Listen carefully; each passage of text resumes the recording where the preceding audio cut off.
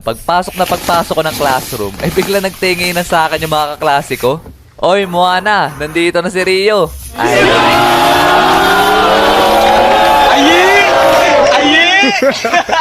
talaga namang, oh my God. Gusto ko na lang maglaho na parang bula noong mga oras na yon. As in, gabutil yung pawis ko sa hiyanon. At pagkatapos nun, ay hinila nila si Moana papunta dun sa kanilang bintana. Tapos nagkatinginan kami. Kau bilang kau tuh paling wanita dua lain. Bikin salah saja kau pemanis. Kau bikin salah hati kau sayang. Kau bilang kau tuh paling wanita dua lain. Bikin salah saja kau pemanis. Kau bikin salah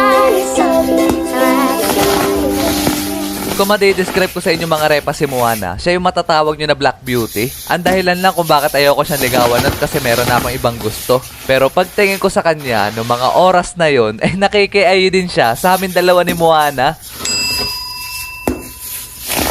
Walang joke. At pagkatapos ng mga nangyari na yon, ay mas lalo kumalat yung balita tungkol sa amin dalawa ni Moana. Kaya yung katabing section ni na Moana ay nalaman din ata yung balita. At bakit ko nga ba naisama sa kwento yung katabing section ni na Moana? Kung maitatanong nyo mga repa, ang masasabi ko lang dyan ay meron na namang hindi inaasahan na pangyayari. Kasi doon sa katabing section ni na Moana ay may umamin daw na meron din daw siyang crush sa akin.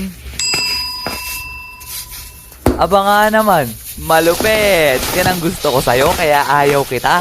Walang jo. Papirin pa nga ako dun sa mga nangyari nung madaling araw. Tapos meron na namang kumakalat na balita. At nung pagkatapos namin kumain ng lunch break, ay dumiretsyong punta na kami sa aming room. Tapos bigla kaming sinalubong nung dalawa kong tropa. Tapos sinabi nila sa akin na kinausap daw nung dalawang GF nila kanina yung isang babae na nagkakagusto daw sa akin. Tapos pinagsabihan daw nila to. Talaga naman napatime out ako ng mga panahon na yon kasi sobrang dami nangyari sa isang araw lang. At pagkatapos nun, halos araw-araw na akong kinukulit ng mga kaibigan ni Moana at mga kaibigan ni Aya. Hindi niya rin tunay na pangalan. At pinipilit ako na gawin ko na daw GF yung kaibigan nila. As in halos isang linggo, puro ganun ang pinaggagawa nila. Ewan ko nga ba sa mga yon kasi parang ginawa na nilang kompetensya. Kaya noong mga panahon na yun, kabado 20 ako lagi pag naglalakad ako sa school. Tapos one time, may plenano pala yung dalawa kong tropa sa akin. Oy pre, laro tayo mamayang uwian ng Bleach vs One Piece. Doon tayo dumaan sa likod ng school. Get tara. At pagkatapos ng klase namin na yun, uwian na. Sabay dumiretso kami punta ng dalawang tropa ko doon sa may back gate. Tapos maya-maya ay hindi ko inaasahan na ambush pala yun. Tapos pinalibutan ako bigla ng mga kaibigan ni Moana. Paano nyo nagawa to sa akin? Pasensya na pre, napag-utusan lang. At alam ko na sa seryosong sitwasyon ako nun kasi kasama nila si Moana. At pagkatapos nun, nagsimula na silang kumbinsihin ako at hindi daw kami uuwi hanggat hindi ako nagsasabi ng oo.